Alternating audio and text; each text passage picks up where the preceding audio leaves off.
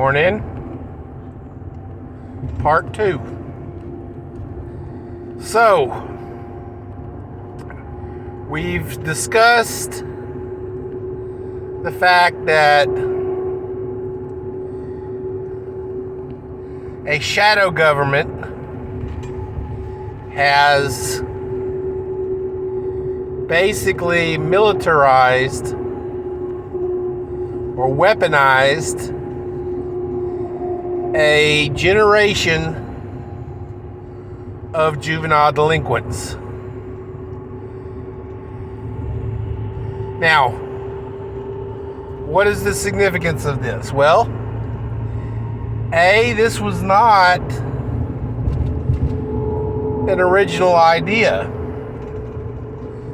The Nazis in Germany sought to do the same thing. They saw potential in youth juvenile delinquents. They were called brown shirts. They were non-military, but were given very similar authority because they were a wing, a civilian wing of the Gestapo, which what they were primarily there to do is exactly the same thing that the Antifas do today. Cause problems. Keep everybody in the civilian populace off their feet, or at least off their toes. What this was designed to do is to make the civilians distrust one another so they would rat each other out. And because they distrusted everybody, they would follow the rules. Because they were, of course, everybody was afraid of getting caught. But because they didn't know who they could trust, they were less likely to act on things like hiding Jews and stuff like that. Well, this particular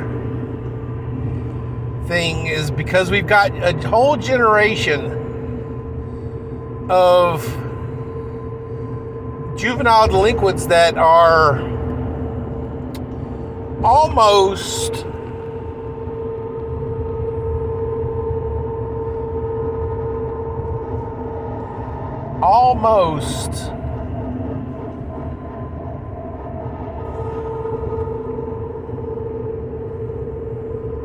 predispositioned or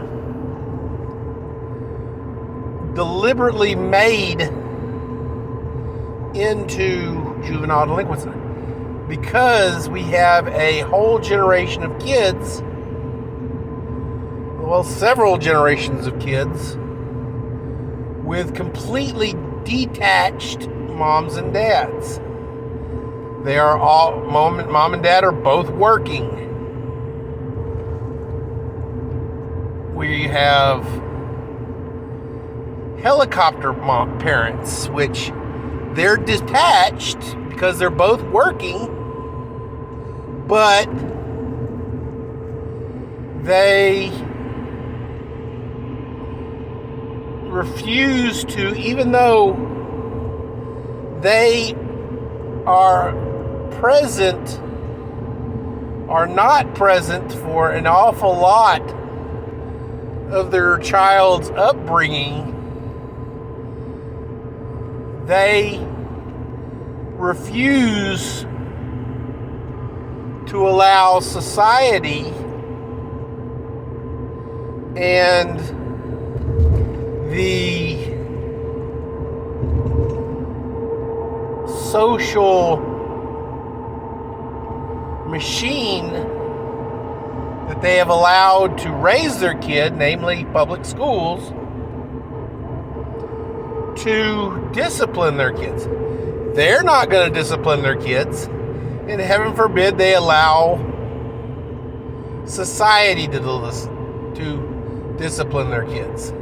So what you're getting is a whole generation who are predisposed to delinquency, and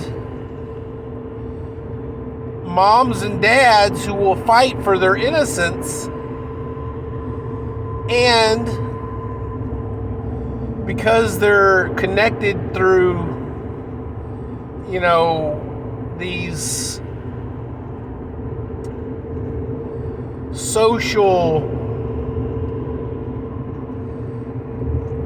recruitments and things. Okay, you got a kid who, his mom and dad's helicopter parents or lawnmower parents. They don't, allow him to get in trouble. They're not going to discipline him. So they get in trouble. They test the fences.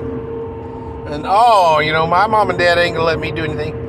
So then you end up with kids going and licking Bluebell ice cream or breaking toilets off the wall in schools or malls or wherever, creating social discord,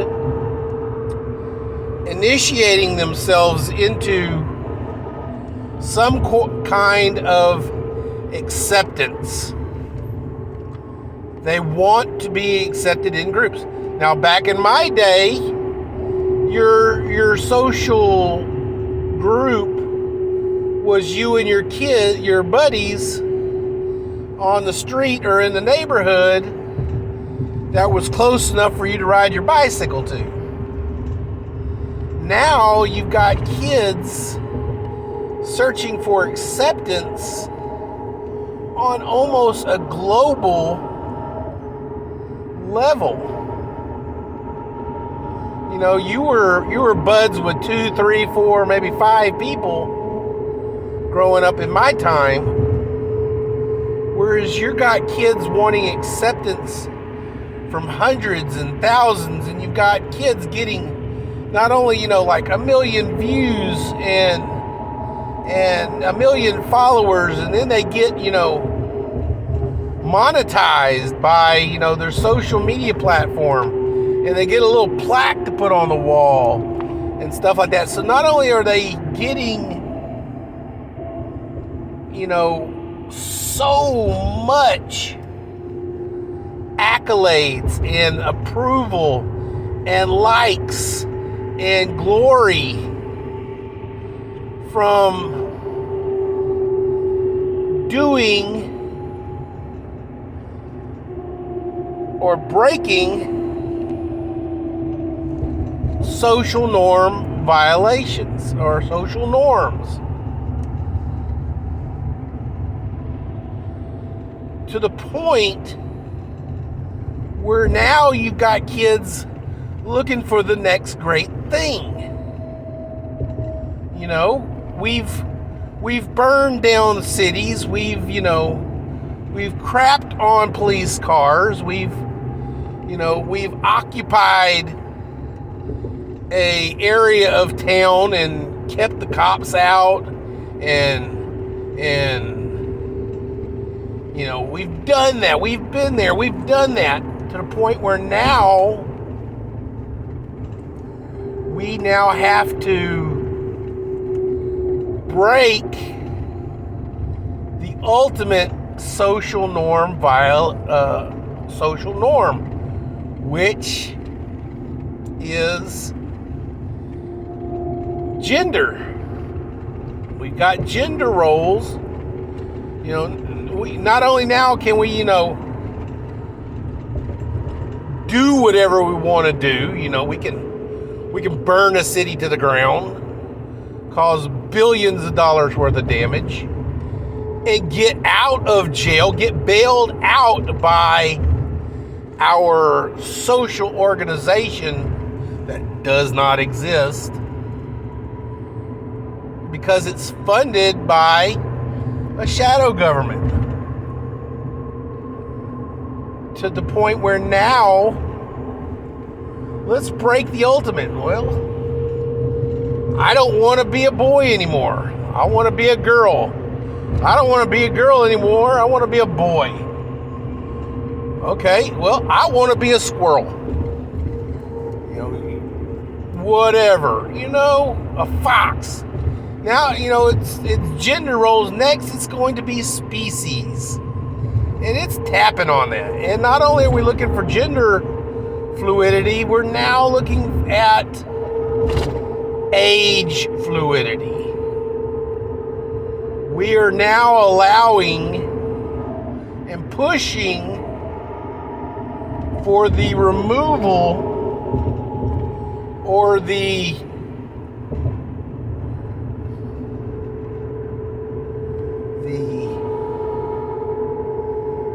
declaration or the move, the social move from using the word pedophilia.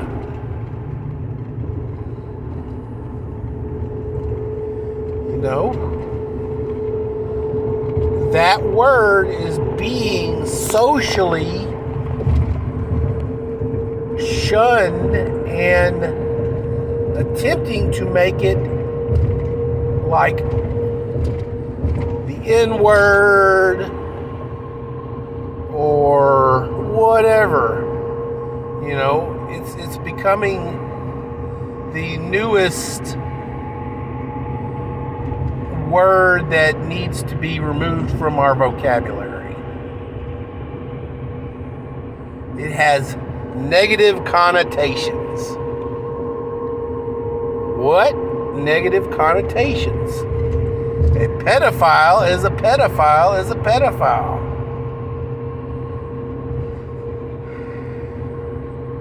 It is somebody who preys upon and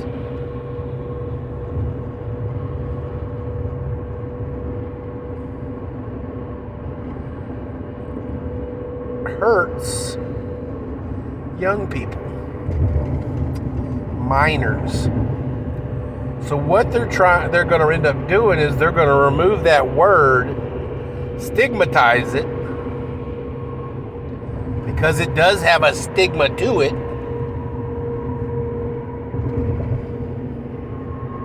and they're trying to remove age limitations.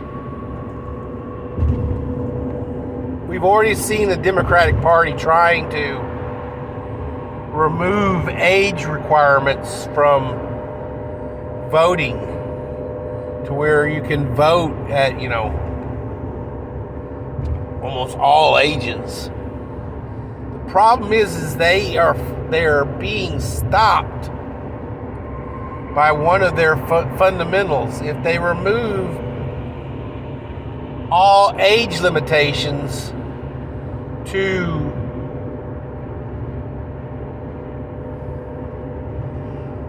allow kids to vote at younger ages and things like that, to make that happen, they have to give up one of their latest or one of their fundamental hallmarks is gun control.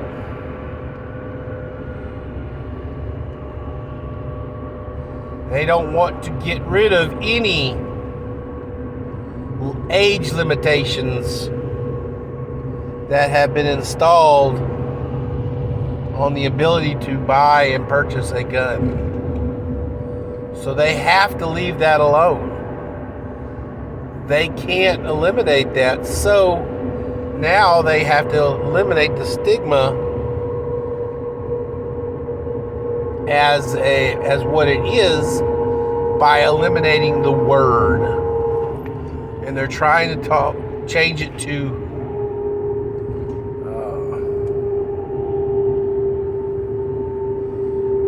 young attracted persons who are attracted to young people, or minor attracted young people, some stuff like that. They're trying they're trying to word salad a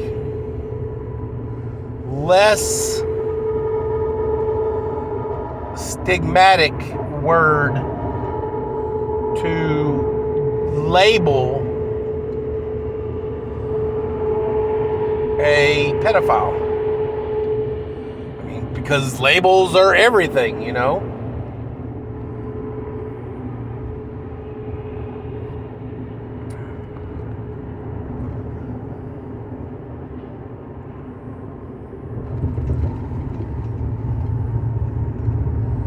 Basically, what the shadow government wants to do is destabilize America, cripple America, and break America. Unfortunately, America is a government, but America is also Americans.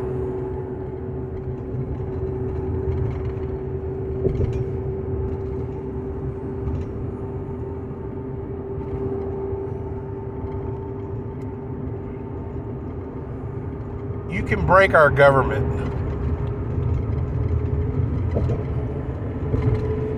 You can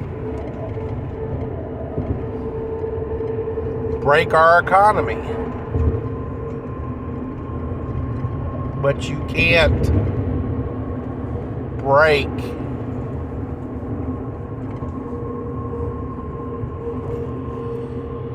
an idea. At least you can't break it with a hammer.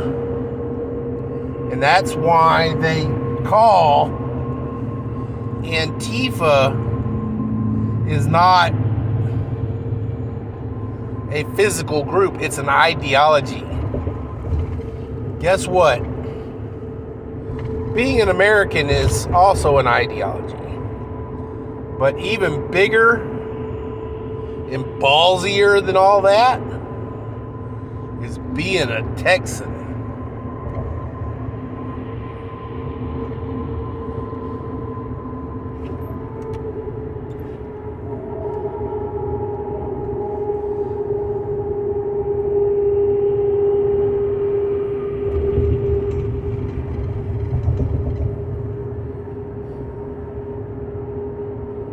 So,